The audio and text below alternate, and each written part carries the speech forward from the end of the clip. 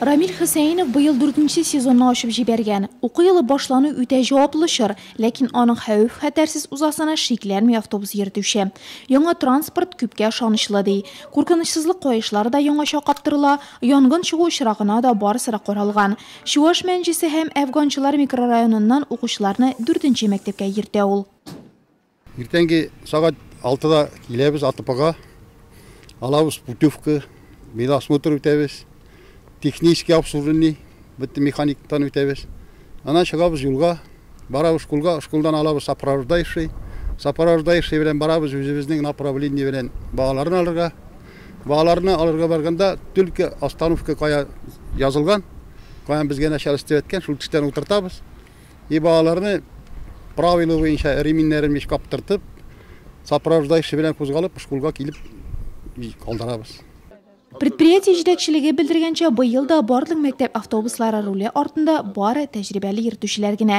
Уку елы башланыр алдыннан алар җитди имтихан узган.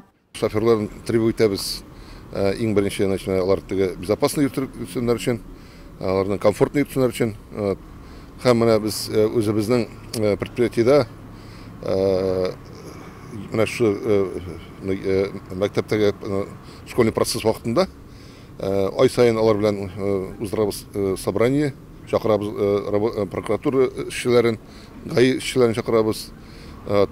Ранадан килә инде безнең үзебезнең начальник отдела образования директор мәктәп директоры җыела, и менә ай сайын уздырабыз алар белән совещание, собрание дип әйтәм инде. Аларга аңлатабыз, менә министерстводан да, управление госавтодорнадзорудан килеп тора инструкцияларны, чтобы балалар йөртү буенча шоферларга көндә әйтеп чыгарып җибәрәбез. Анасын тикшерәбез шул нидә барып линияда балаларны йөрткән чакта специально чыгып тикшереп йөрибез. Алексей Пайгерчевның корыш аты яңа булмаса да барлык техник тикшерүләрне дә узган. Мәктәпләргә бару кайтуны куркынычсыз итүдә, транспорт чарасының төзеклегеннән һәм автобус йөртүченең сак һәм игътибарлы булуыннан тыш, яшь пассажирларның сүз тыңлаучан булуы да үз ролен уйный дип саный ул. Төбәк Гейтән авылларыннан Беләр озеро мәктәбенә балаларны йөртәм. Көненә 2 рейс ясыйм. 7-нче сезон шулай эшлим. Бернинди хәлакәтләргә очраганыбыз булмады. Киләчәктә дә шулай булсын. Балалар әйткән киңәшләрне тыңласыннар, бер-беребезне аңлап эш итсәк иде.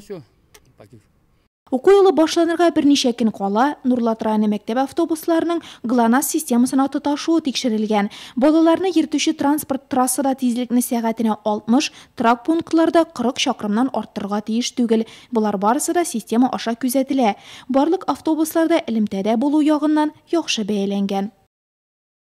Район буенча 700-дән артык бала, тәгәр әйткәндә үткән уку елында 710 бала безнең автобус белән укырга йөртелде. Бу барлык ничәтәрәк кирәк башлангыч мәктәпләрдән, аннан соң тип мәктәпләрдән балалар йөртелә инде база мәктәпләренә. Бу урта мәктәпләр, база мәктәпләре дип без инде шушы мәктәпләргә балаларны һәр көнне иртән һәм кичен инде иләренә кайтаралар шушы автобус. Әлбәттә инде автобусларда балалар укытучылардан башка, җаваплы кешеләрдән башка йөрмиләр. Алар инде һәрбер автобуста, салонда 12 балага бер кеше, бер укытучы исәбеннән җаваплы кеше билгеләнә.